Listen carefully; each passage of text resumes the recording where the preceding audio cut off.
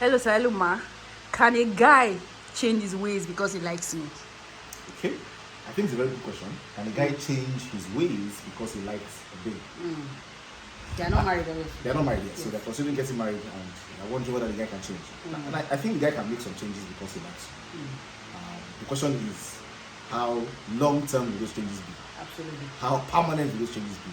So there is, you can act like a fool because you want to do something. So if you don't see it as something that is really, really important for you for your lifetime, it's just to catch somebody's interest and attention. I think many guys can change for 3 months, 6 months, maybe even a year, just to catch what they want to catch, or who they want to catch. After they've caught who they want to catch, they can now relax back into their normal selves and continue living life like they always live, because now you have some kind of handcuff in your hands, golden handcuffs, very small, just on your marriage finger. That makes it difficult for you to move on. So I think the guy can change, but how long will that change be? Okay, well, of course, I don't disagree. I absolutely, totally agree with what you have said.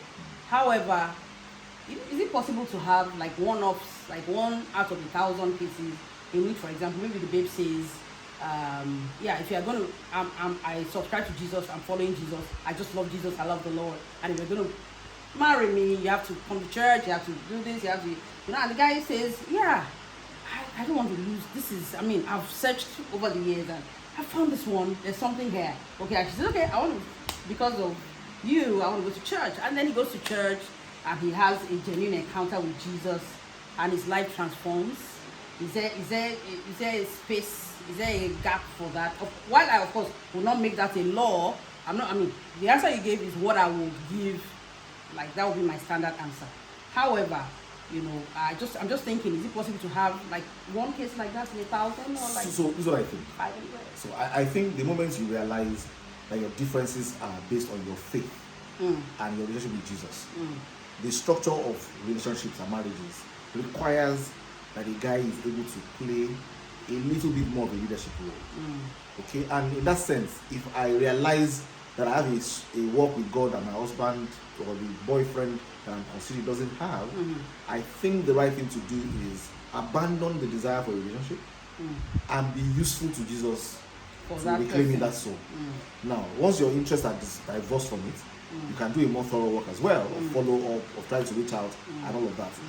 It can now happen, one in a few hundreds of cases, that the guy finally has a relationship with Jesus and is still interested in you. It won't be because you followed them up to follow them on or to lead them on into getting married to you. It will be that you're doing a work that is completely has no self-interest of yours. Yeah. And then when you have done that, who knows, it may happen. So I usually feel, if you feel already that this person's journey is not going to church, he begins to go to church because of you. Yes, he can have an encounter. Yes, things can talk. But if that interest is there and it doesn't work out, because now he has a relationship with Jesus, now he can ask God for direction, and he had not the direction, he will look like, but not like this for you. If not for me, say, you have eternal life. It's better to divorce. It's the registrar of eternal life. So, just like a layer on top of what you just said. It looks to me like the average person who is working now, who is very ready to get married, really ready. I'm not sure if that person can go through this route of saying somebody likes me and wants to come to Jesus. Because it takes process, of course. Even the Christian that has been a believer for years still has struggles, has areas that are like, are you really like in Jesus? How much more somebody who you're just famous now. So it looks to me like if you are really like ready, it may not be very wise to say, okay, embark on this, because if for a season I need to divorce myself from the interest and now focus on your growth journey as a believer, that's going to take some time. So It looks to me like what one would best really do, maybe like, yes, we're still in school or that kind of thing, so we have the time, I can really study that you have grown or whatever. So I think I hear your point, but what I think is this: I think we do too little when we say we are ready to get married. We do too little for that the process requires.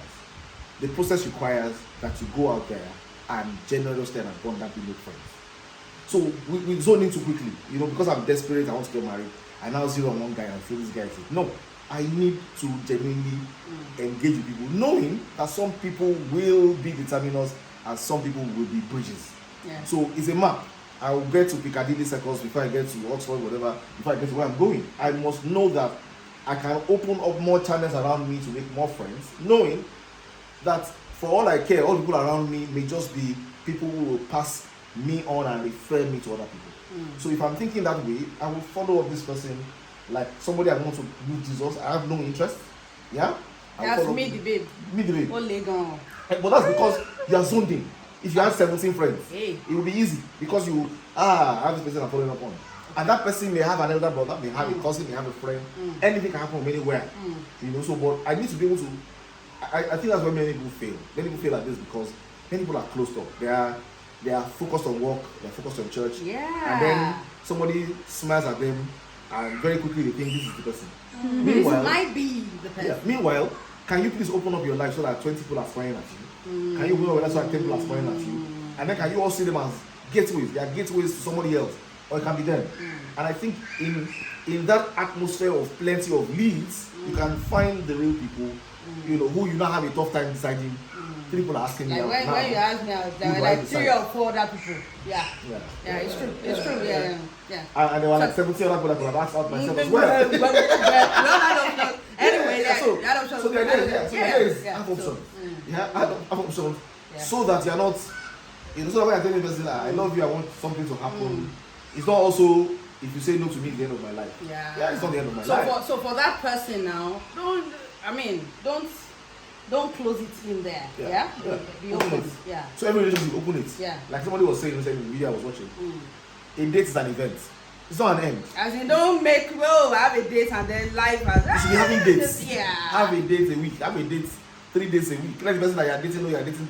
As you're having meetings as well. Going on a date is different from dating. Let us know. Yeah, so dating is more than one. But no, dating means that we have a level of commitment. Yeah, we go on a date does not define that we are in a relationship. Yes. Dating means we have a relationship. We're testing it out to say, okay, what we do. Hold on. So let's, you know, in my former life, I was a recruiting manager. Yeah. So I have one vacancy for a job. I will test 100 people. Yes. 100 people, 80 will fail the test. I have 20. Yeah. The 20 will call for first interview.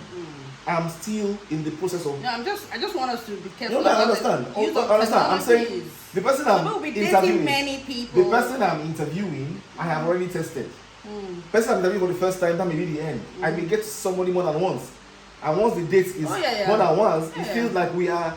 Yeah, I want to check deeper. No, we're going on a date. I want to go further. What would I tell you? Second level of interview language. What would I tell you? Some people go through like 4, 5. So what are you doing? They're going on dates. They're friends. They're going on dates. Yeah. When you go on dates, it's not that dating. No, this man is old school. It's okay. We'll come back. I mean, okay. I hope you got some value from this. It's okay. We'll come back. We'll see So another question. when someone else dates, We'll be 1, 2, 3. See you guys. Bye. See you guys.